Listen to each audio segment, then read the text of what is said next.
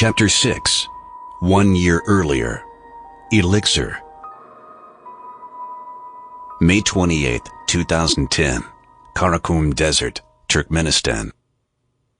My name is Edward Kelly.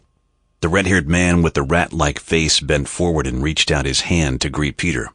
He was enveloped in a cloud of cheap eau de toilette, and Peter guessed that the man was in his late 30s. Reluctantly, he took his hand. Peter Adam. Ellen tore her eyes away from the vast expanse of salt desert glistening underneath them and gave the Englishman a non-committal smile. Ellen Frank. A pleasure. Are you from Germany? He had to shout as the noise of the huge propeller at the front made it almost impossible to have a conversation. The 30-year-old Antonov An-2 biplane was filled to capacity. Ill-humored Russian businessmen in ill-fitting suits and Turkmen with huge lambskin hats on their heads were crowded into the 20 or so seats, holding tight to the briefcases in their laps or to huge packages or cages of chickens.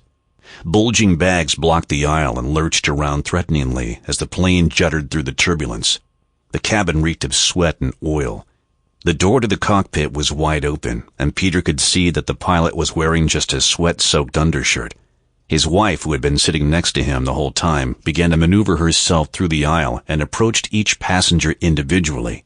The passengers answered monosyllabically. Chelikin, Krasnovodsk, Nebit Dag. Despite the fact that Peter didn't speak Russian, he understood that on this flight one had to announce in advance where one wanted to get off, comparable to a rural bus tour. Ellen graced the Englishman with another smile, and then she pulled out her cannon and snapped a few shots at the passengers in the cabin.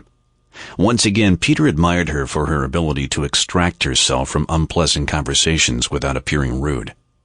Shortly after their takeoff in Ashgabat, the Englishman had spotted Peter and Ellen in the row across the aisle, and he had been keen to talk to them. Peter was not in the mood for a chat, but he did not want to be impolite, an old weakness of his. Where are you going? Kelly asked now. Nebit Dag. Hey, me too. What brings you to Turkmenistan? Business or honeymoon? Peter noticed that Kelly's pale green eyes were scrutinizing him and Ellen as if he were trying to commit even the smallest details to memory. Of course, he was mostly interested in Ellen. When Kelly turned his head to the side, Peter could see that the Englishman had only one ear. What was left of his left ear was just layers of reddish, rubbery scar tissue. We aren't married, Ellen replied, and we don't do business either. We do our jobs. Kelly laughed. Touché, he said. I did not intend to be intrusive. We are working for an international news magazine on an article about the silk. Sample complete. Ready to continue?